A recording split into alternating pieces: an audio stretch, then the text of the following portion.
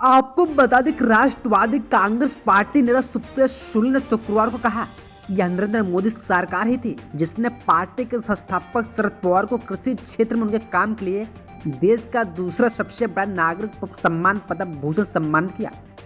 सुले का यह बयान ऐसे वक्त आया है जब एक दिन पहले प्रधानमंत्री ने किसानों के रांकपा संस्थापक के योगदान पर सवाल उठाया था।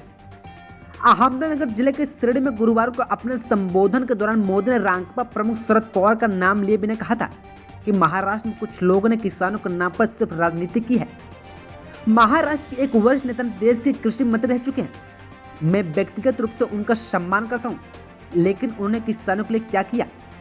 दरअसल शरद पवार केंद्र में कांग्रेस नीति संयुक्त प्रगतिशील गठबंधन के दौरान कृषि मंत्री रहे थे।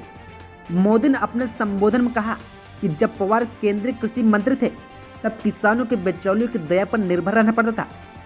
वहीं पीएम मोदी के इस बयान के बाद सिंधुदुर्ग जिले में मीडिया से बात करते हुए सुप्रिया सुले ने कहा कि जब भी प्रधानमंत्री महाराष्ट्र आते हैं वे रांकपा को भ्रष्ट पार्टी करार देते हैं। सुले ने आगे कहा कि लेकिन इस बार गुरुवार को मोदी ने पहले की तरह रांकपा को भ्रष्टाचार से नहीं जोड़ा।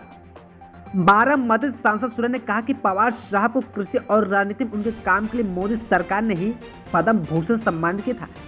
वहीं इससे पहले राज्य के पूर्व मंत्री अनिल देशमुख ने कहा कि प्रधानमंत्री मोदी ने जब किसानों के रांकपा प्रमुख का योगदान पर सवाल उठाया था तब प्रदेश के उप मुख्यमंत्री अजित पवार के विरोध में मंच छोड़कर चले जाना चाहिए था या उनके बयान को दुरुस्त करना चाहिए था। रांकपा के शरद पवार खेमे से ताल्लुक रखने वाले देशमुख ने नागपुर मीडिया से कहा मोदी ने जब उनके पार्टी के संस्थापक के बारे में यह कहा तब अजित पवार मंच पर मौजूद थे। अनिल देशमुख ने कहा कि अजित दादा को मंच छोड़ देना चाहिए था या प्रधानमंत्री मोदी को सही जानकारी देनी चाहिए थी ताकि वह अपने बयान को दुरुस्त करते। रांकपा नेता ने आगे कहा कि प्रधानमंत्री मोदी ने अतीत में कृषि समुदाय के वास्ते योगदान के शरद पवार की प्रशंसा की है। देशमुख ने आरोप लगाया कि मोदी ने अब चुनाव से पहले अपना रुख बदल लिया है और मांग की कि प्रधानमंत्री शरद पवार के संबंध में अपने बयान में सुधार करें।